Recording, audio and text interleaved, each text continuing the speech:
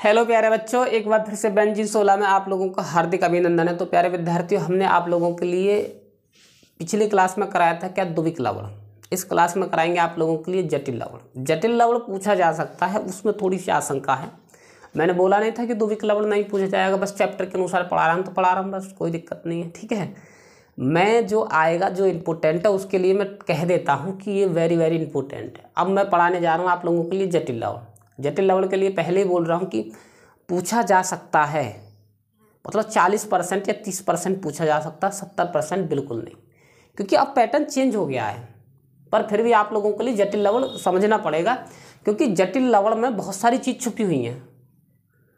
Complex salt में बहुत सारी चीज़ छुपी हुई हैं, जो उसी में जो है सेंट्रल मेटल एटम समझाऊंगा आपको, लिगेंड समझाऊंगा, लिगेंड किसे कहते हैं, और उपसह संयोजन परिसर समझाऊंगा, कोऑर्डिनेशन स्फीयर जिसे बोलते हैं इंग्लिश में। ठीक है, तो ये मुझे जटिल लवण आपको समझना पड़ेगा भाई। विषय जटिल लवण के बिगड़ कुछ नहीं है, पर पूछा नहीं जाता पेपर में, पूछा नहीं जाएगा, ये बात मुझसे लिख लो।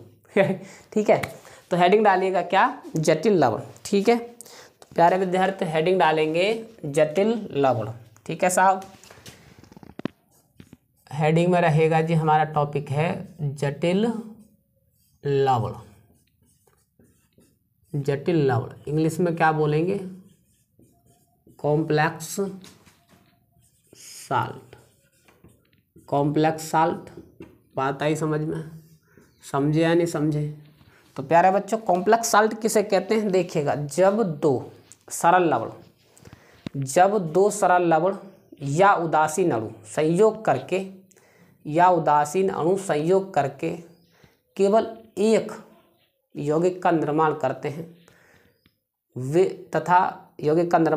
तथा वह यौगिक अपनी पहचान खो देता है, जिसमें अवयवी आयन अपनी पहचान खो देते हैं, वे यौगिक क्या कहलाते हैं, जटिल लवण। जब दो या दो से अधिक अणु या परमाणु मिलकर, दो या दो से अधिक अणु या परमाणु और उदासीन अणु संयोग करके केवल एक यौगिक का निर्माण करते हैं तथा जिसमें अवयवी आयन अपनी पहचान खो देता है, क्या कहलाते हैं, जटिल लवण कहलाते। देखिएगा, मैं कराता हूँ आपको जटिल लवण। ठीक है, इसकी परिभाषा देखिएगा किस प्रकार से करेंगे। ठीक है बच्चों, जब दो सरल लवण और उदासीन अणु, जब कैसे करेंगे, जब दो सरल लवण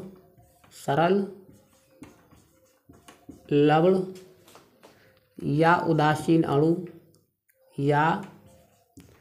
उदासीन अणु परस्पर संयोग करके,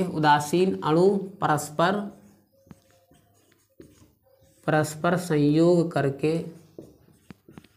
संयोग करके ठीक है, क्या लिखेंगे, जब दो सरल लवण या उदासीन अणु परस्पर संयोग करके, ठीक है बच्चों, संयोग करके नए यौगिक का निर्माण करते हैं या नए यौगिक बनाते हैं, परस्पर संयोग करके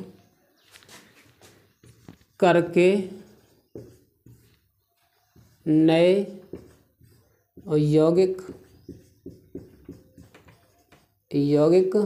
बनाते हैं जिसमें अवयवी आयन अपनी पहचान खो देता है तथा जिसमें अवयवी आयन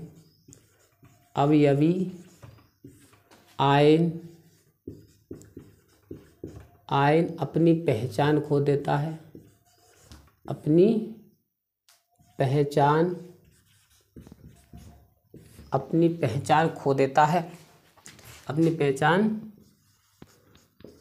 खो देता है, जटिल लवण कहलाते हैं। जटिल लवण कहलाते हैं। ठीक है साहब, क्या बोला हमने कि जब दो सरल लवण या उदासीन अणु परस्पर संयोग करके नए यौगिक बनाते हैं या नए यौगिक का निर्माण करते हैं तथा जिसमें अवयवी आयन अपनी पहचान खो देते हैं, जटिल लवण कहलाते हैं। अब देखिएगा, दो सरल लवण, अब आपको सरल लवण लेने हैं दो, वो भी ठीक है, किस प्रकार लेंगे वो देखिएगा। जैसे कि मान लीजिएगा बच्चों FeSO4, ठीक है। जैसे में देखिएगा सरल लवणों को, जैसे कि मान लीजिए FeSO4 और KCN, क्या ले लें हम, KCN, 2 से मल्टीप्लाई कर दो जी, बनेगा क्या हमारा FeCN का होल ट्वाइज, और इधर निकल जाएगा पोटेशियम सल्फेट के रूप में, पोटेशियम सल्फेट। ये क्या हमारा फेरस डाइसाइनाइड, ठीक है, या फेरिक डाइसाइनाइड, ठीक है। इस फेरिक डाइसाइनाइड की फिर दोबारा से क्रिया होगी FeCN का होल ट्वाइज प्लस के 4, इस बार 4 KCN से क्रिया करवाएंगे और क्या बन जाएगा बच्चों, K4 FeCN का होल 6। यही तो जटिल लवण है, यही तो जटिल लवण है, जटिल लवण। बात आई समझ में। देखिएगा इसमें जटिल लवण इन्हीं को बोलते हैं जिसमें जो है इस प्रकार के यौगिक होते हैं, जिसमें एक कोष्टक भी होता है, जिसमें एक बड़ा कोष्टक होता है, एक छोटा कोष्टक होता है, इन्हीं को बोलते हैं जटिल लवण। बात आई समझ में। अच्छा, जटिल लवणों में कई सारी चीज़ होती हैं, जैसे कि FeCN का होल 6 है, ठीक है। ये क्या है, K4 FeCN का होल 6 है। इसमें देखिएगा ये K4 है जी, ये है K4। इसमें इसको क्या कहते हैं, उप सह संयोजन परिसर। क्या कहते हैं, उप सह संयोजन परिसर, ठीक है। इसको क्या बोलते हैं बच्चों, उप सह संयोजन परिसर, कोऑर्डिनेशन स्फीयर। इंग्लिश में क्या बोलेंगे, कोऑर्डिनेशन स्फीयर, क्या, स्फीयर। बात आई समझ में। ये है जी कोऑर्डिनेशन स्फीयर। इसको क्या बोलते हैं बच्चों, इसको गौर से सुनना, इसको क्या बोलते हैं, इस वाले को, इस कोष्टक को तो बोलते हैं जी कोऑर्डिनेशन स्फीयर। बात आई समझ में। इस कोष्टक को, इसको क्या बोलते हैं, Fe को, आयरन को क्या बोलते हैं, केंद्रीय धातु परमाणु, केंद्रीय धातु परमाणु, केंद्रीय धातु परमाणु। बात आई समझ में।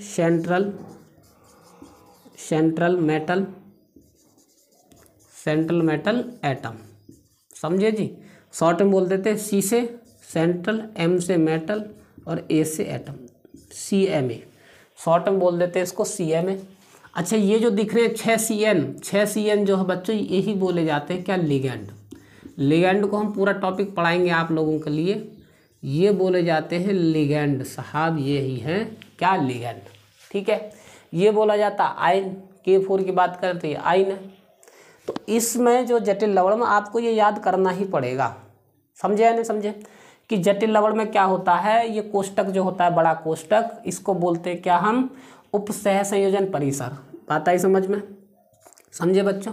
और छोटा कोष्टक जो होता है उसको बोलते हैं लिगैंड। बड़ा कोष्टक उप सह संयोजक परिसर, और छोटे कोष्टक में जो यौगिक होते हैं उनको बोलते हैं क्या, उदासीन अणु होते हैं, यौगिक नहीं सॉरी, ये जो उदासीन अणु होते हैं छोटे कोष्टक में, इनको बोलते हैं लिगैंड। Fe क्या है, Fe बच्चों केंद्रीय धातु परमाणु। बात आई समझ में। Fe क्या है, केंद्रीय धातु परमाणु है इसमें, ठीक है जी। इतना आपको जटिल यौगिक में याद करना है। अब देखिएगा, लिखिएगा कि जटिल यौगिक निम्न 3 प्रकार के होते हैं। क्या होते हैं, जटिल लवण निम्न 3 प्रकार के होते हैं। क्या लिखेंगे यहाँ पर, जटिल लवण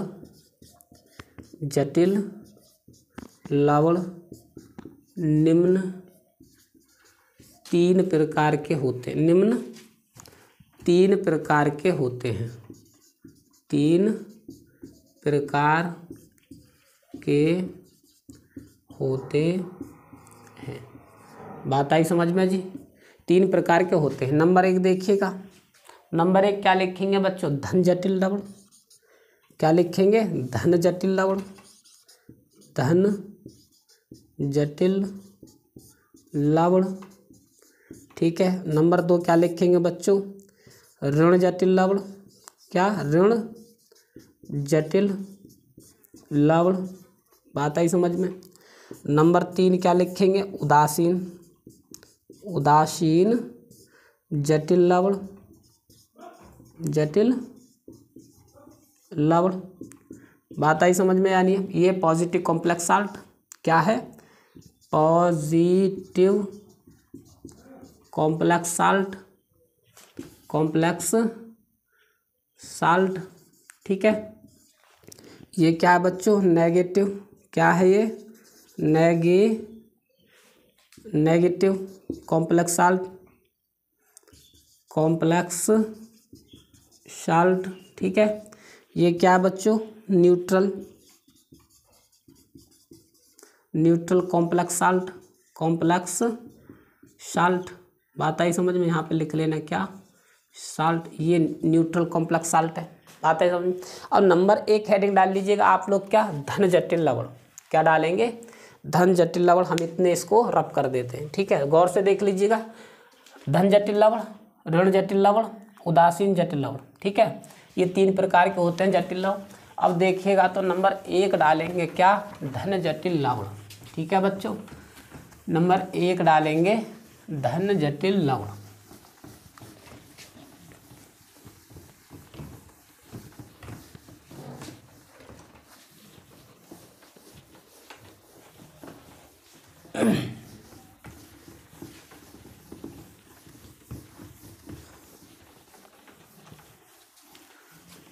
अब देखिएगा तो बच्चों नंबर 1 हेडिंग डालेंगे, पहली हेडिंग में क्या लिखेंगे, धन जटिल लवण, ठीक है जी, क्या लिखेंगे, धन जटिल लवण, ठीक है बच्चों।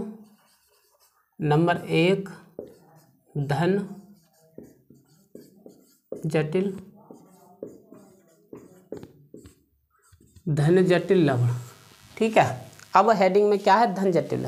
अब कैसे परिभाषित करेंगे, वे लवण जिनमें उपसह संयोजक परिसर पर धनावेश होता है, वे सभी लवण क्या कहलाते हैं, धन जटिल लवण कहलाते हैं। या फिर ऐसे कर सकते हैं, वे जटिल लवण जिनमें केंद्रीय धातु परमाणु धनावेशित होता है, धन जटिल लवण कहलाते हैं। कैसे लिखेंगे, वे लवण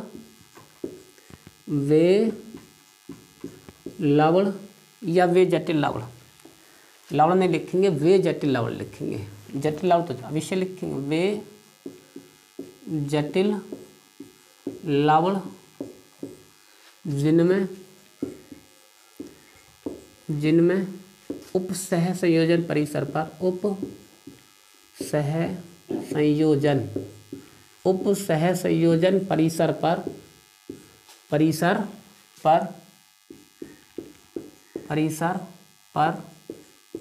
धनावेशित होता है, या उपसह संयोजन परिसर पर धनायन होता है,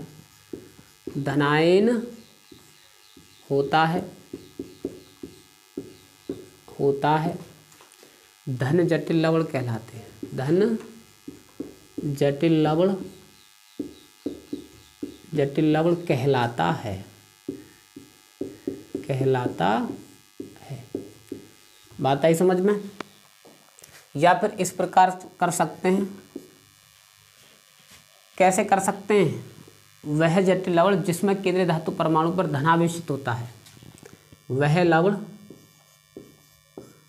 जटिल लवण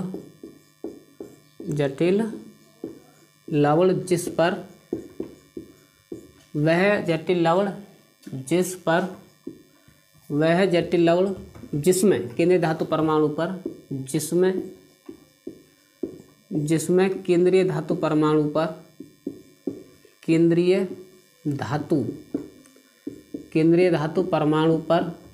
धातु परमाणु पर CMA, क्या बोलते हैं इसको, CMA पर धनावेश होता है,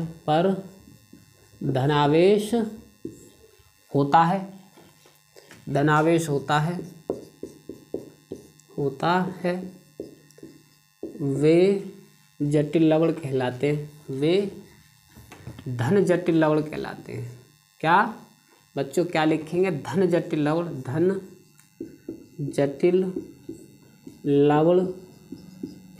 कहलाते हैं।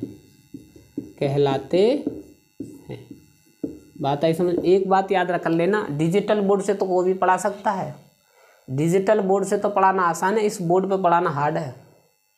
इसमें सब चीज़ें लिखनी पड़ती है, सब चीज़ याद करनी पड़ती है हमको, समझ में आई ना। तो धन जटिल लवण कहलाते हैं। हमने 2 परिभाषा लिखी है, आपको जौन से अच्छी लगे वो कर लेना। बात आई समझ में। अब देखिएगा तो धन जटिल लवण के एग्जाम्पल देखिएगा बच्चों, ठीक है, धन जटिल लवण के एग्जाम्पल देखिएगा, धन जटिल लवण कहते किसको हैं, ठीक है, उसके एग्जाम्पल देखिएगा प्यारे विद्यार्थियों। किस प्रकार से करेंगे वो देखिएगा।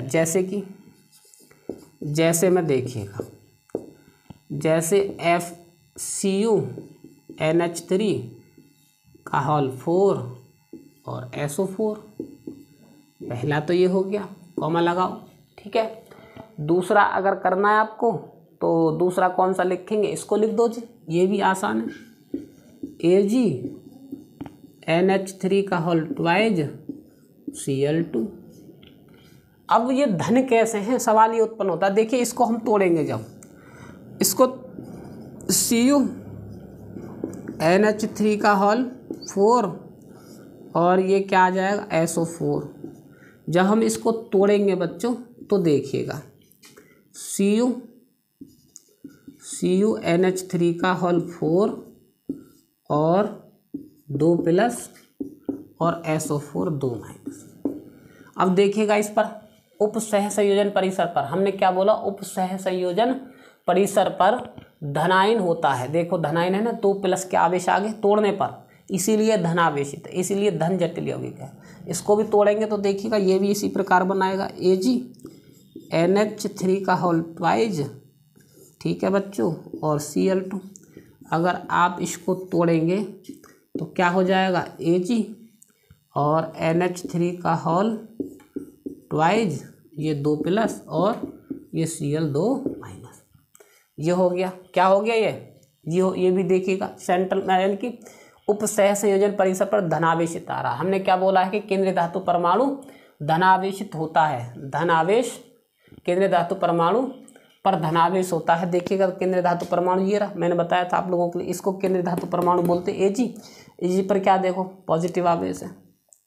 बात आई समझ में, नहीं आई है? ये क्या है, धनावेशित है, इसी को बोलते हैं हम क्या, धन जटिल यौगिक। आगे हेडिंग डालिएगा ऋण जटिल यौगिक। क्या डालेंगे बच्चों, ऋण जटिल यौगिक, ठीक है। बात आई समझ में, आगे हेडिंग डालिएगा ऋण जटिल यौगिक। क्या लिखेंगे, ऋण जटिल यौगिक, ठीक है।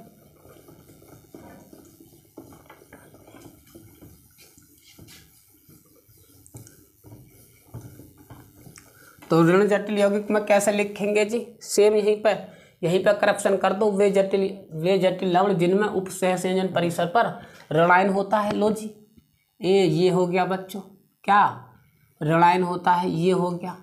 अब यहाँ पर लिख दो, क्या लिख देंगे हम, ऋणायन होता है, क्या ऋणायन, क्या लिखेंगे, ऋणायन होता है वे जटिल लवण जिनमें उप सह संयोजन परिसर पर ऋणायन होता है, धन ऋण जटिल यौगिक कहलाते हैं। क्या कहलाते हैं बच्चों, ऋण जटिल यौगिक कहलाते हैं। यहाँ पर क्या डालेंगे, ऋण जटिल यौगिक, ऋण जटिल यौगिक। बात आई समझ में। नंबर 2 डाल लीजिएगा ऋण जटिल यौगिक, या फिर दूसरी परिभाषा क्या हो जाएगी, वे जटिल लवण जिनमें केंद्रीय धातु परमाणु पर ऋणावेश होता है। वे जटिल लवण जिनमें केंद्रीय धातु परमाणु पर ऋणावेश होता है, वे जटिल लवण क्या कहलाते हैं, ऋण जटिल लवण कहलाते हैं। लिख लेना यहाँ पर। जैसे में देखिएगा, जैसे में आप लोग कैसे देंगे, जैसे, ठीक है। ऋण जटिल यौगिक का एग्जाम्पल K4 और FeCN का होल 6, पहला एग्जाम्पल ये हो गया। बात आई समझ में। और दूसरा एग्जाम्पल देखिएगा, दूसरा एग्जाम्पल कैसे दे देंगे, या फिर इसको देखिएगा K2 और FeCN का होल 4, ये भी दूसरा एग्जाम्पल हो जाएगा। और देखिएगा अगर और भी देना चाहते हैं तो क्या करेंगे, K3, यहाँ पर देखिएगा K3 और CuNO2 का होल 6, ये हो गया। यहाँ पर बच्चों Ni होता है, Fe नहीं होता, Ni। बात आई समझ में। इस प्रकार से ये सब क्या है, ये सब ऋण जटिल यौगिक है। ऋण जटिल यौगिक में एक बात याद रखना हमेशा कि हमारे आयन इधर आएगा। अब जैसे कि इसको तोड़ेंगे हम, K4 FeCN का होल 6, तो कैसे करेंगे, 4K प्लस FeCN का होल 6 और 4 माइनस। देखिएगा इस पर ऋण आवेश आया नहीं आया, ये ऋण आवेश। ऐसे इसको अगर आप तोड़ेंगे बच्चों, क्या करेंगे, Ni और Cn का होल 4, ठीक है। जब इसको तोड़ेंगे हम तो 2 प्लस और प्लस के FeCn का, Fe नहीं है Ni है, NiCn का होल 4 और 2 माइनस। इस पर ऋण आवेश आया नहीं आया, तो ये कहलाते हैं क्या, ऋण जटिल यौगिक। अच्छा, धन जटिल यौगिक, ऋण जटिल यौगिक आप कैसे पहचानेंगे? आप में से कुछ बच्चे ऐसे होंगे कि सर जी हम पहचानेंगे कैसे, हम पे तोड़ने तो आते नहीं है। तो मैं बताता हूँ, देखिएगा मैं बताता हूँ आपको एकदम बेहतरीन लॉजिक। मान लीजिएगा धन जटिल लवण, ये मान लीजिए FeCn का होल 6, ये है एक जटिल लवण। एक है ये क्या है हमारा, Fe और CuNH3 का होल 6 और SO4, ठीक है। ये दो जटिल लवण है। अब इनमें से आपसे पूछा जाएगा कौन सा ऋण है कौन सा धन है। तो आप लोग ये बात याद रखना, जो स्फीयर के, ये बोलते हैं आयन, इनको ये आयन ये बोलते हैं आयन, जो स्फीयर मतलब कोष्टक के बाहर होते हैं। अगर कोष्टक के बाहर इधर होगा, इधर कोष्टक के इधर होगा, यानी कि राइट में होगा, ठीक है, लेफ्ट में होगा, सॉरी लेफ्ट में होगा, तो इधर साइड में होगा, तो ये कहलाता है क्या, ऋण जटिल यौगिक। क्या कहलाता है, ऋण जटिल यौगिक। जटिल यौगिक, ये ट्रिक हम आपको बता रहे हैं, इसको ऐसे याद कर लेना।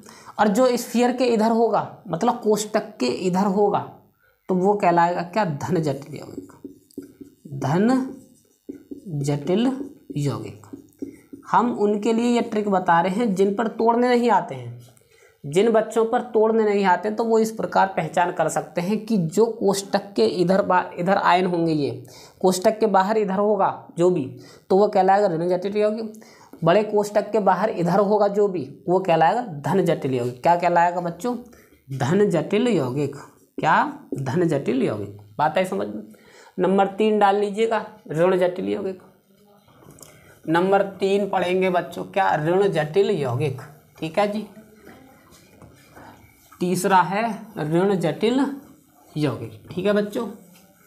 तो देखिएगा जी, ऋण जटिल यौगिक देखिएगा कैसे करेंगे आप लोग।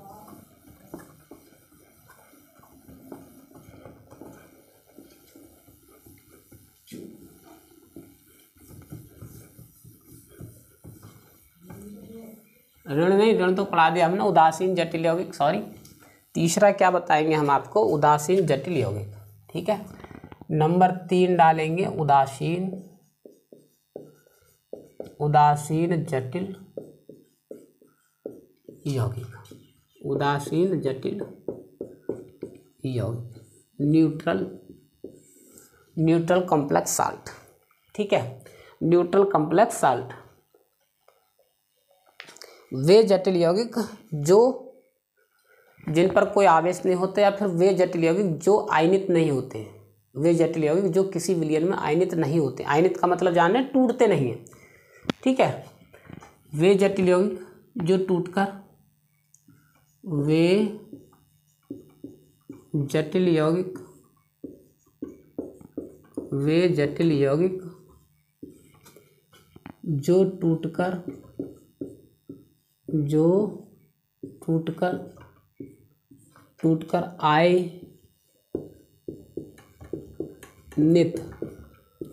आयनित नहीं होते हैं, आयनित नहीं होते हैं। बात ऐसा, वे जटिल यौगिक जो टूटकर आयनित नहीं होते, आयनित मतलब आयनों में नहीं टूटते हैं, वो जटिल लवण, वे जटिल लवण, वे जटिल लवण क्या कहलाते, उदासीन जटिल यौगिक कहलाते, उदासीन जटिल यौगिक कहलाते, उदासीन जटिल लवण कहलाते, ठीक है। उदासीन जटिल लवण कहलाते हैं। लवण। बात है समझ में। हमने क्या लिखा है कि वे जटिल यौगिक जो टूटकर आयनित नहीं होते हैं वे जटिल लवण उदासीन जटिल लवण कहलाते हैं। समझे।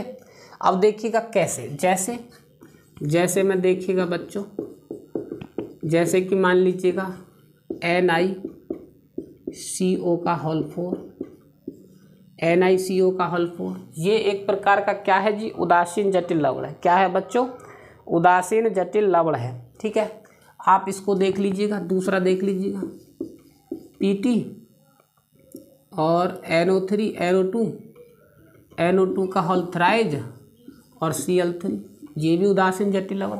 इसमें देखिएगा आयन, ये उदासीन कैसे हैं, NiCO का होल 4। इसमें देखो इसके इधर स्फीयर के इधर, स्फीयर के इधर, कोष्टक के इधर उधर कुछ नहीं है, तो टूट कहाँ से जाएंगे। इसीलिए इनको बोलते हैं बच्चों क्या, उदासीन जटिल लवण।